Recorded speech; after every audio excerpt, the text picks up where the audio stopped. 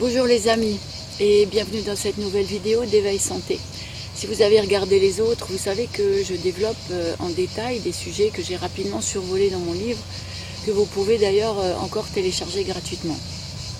Aujourd'hui, je voudrais voir avec vous l'arrière du décor de ce qu'on appelle la fameuse zone de confort et qui, selon moi, est maltraitée, mal compris et mise à toutes les sauces. Je suis Michèle Andrève, thérapeute, formatrice, scanneuse, et je suis depuis longtemps passionnée par ce qui constitue notre santé d'humain.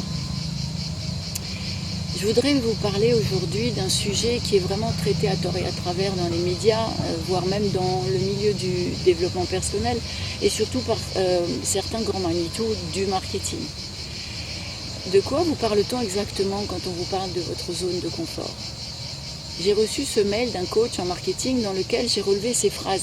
Je lis. On adore tous notre zone de confort. C'est calme, douillet et sans danger. L'indépendant qui reste dans sa zone de confort, c'est comme si tu laissais Laure Manodou patauger dans le petit bassin avec les élèves de CP. Alors c'est absolument n'importe quoi. C'est justement le contraire.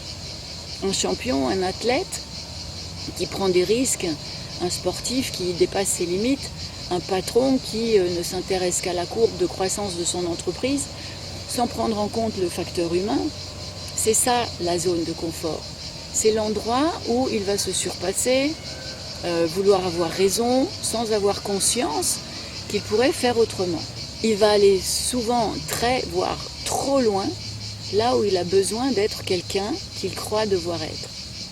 Et c'est là justement qu'il est inconfortable, parce qu'il est dans un besoin de performance, de reconnaissance, de dépassement de soi, sans savoir que ces dysfonctionnements le mettent en danger. Il patauge dans son désir inconscient d'être vu, de briller, de faire des frayeurs, d'avoir du pouvoir. Il va vouloir dépasser ses doutes, se prouver des choses. Et c'est justement cette zone qui constitue la base de nos stratégies d'adaptation et de survie. Cette zone est généralement celle où vous souffrez, où vous êtes dans le refoulement de votre véritable soi, dans le déni de vos besoins et de vos désirs profonds.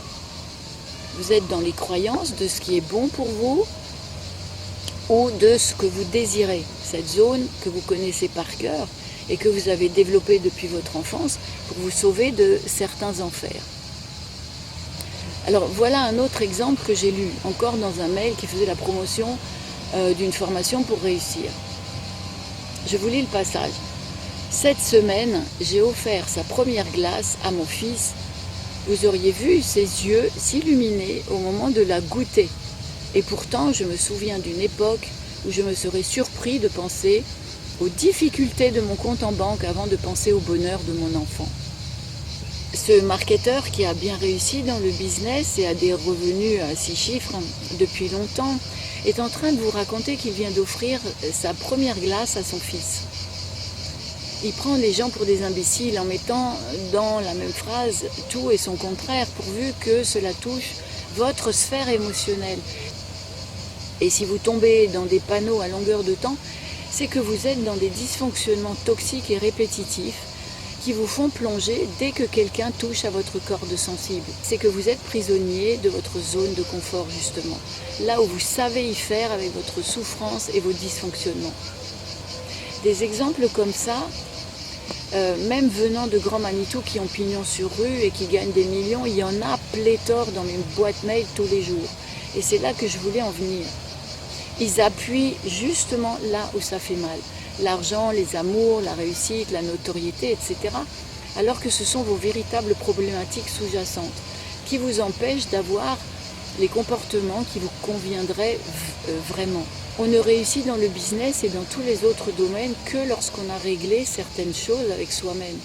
C'est-à-dire que l'on a compris ce qui nous maintient dans notre zone de confort, de souffrance, de mal-être, cette zone où on est soumis, victime et malheureux.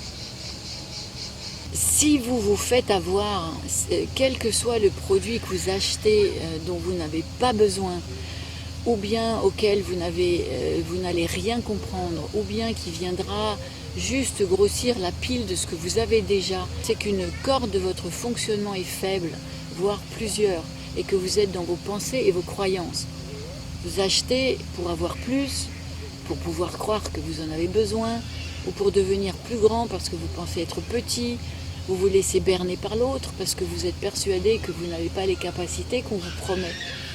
La zone de confort est gérée par ce mental. Elle est un endroit où vous êtes dans les blessures et cet endroit est fragile. C'est un endroit où vous êtes en déséquilibre. Un peu comme si vous habitiez une maison de plusieurs niveaux avec des escaliers seulement pour atteindre certains d'entre eux. Sortir de votre zone de confort est sacrément possible. Cela demande un peu de remise en question, un peu de persévérance, un peu de curiosité et un peu d'instinct. Des qualités que tout le monde possède. Alors, si ce chemin vers votre santé vous intéresse, j'ai bien sûr des choses à vous proposer. Nos ateliers de la rentrée sont un petit bijou d'expérimentation pour vous faire découvrir par des expériences intérieures là où se niche votre véritable santé. Donc si vous voulez plus d'infos, cliquez sur le lien ci-dessous et je vous retrouve de l'autre côté. Ciao!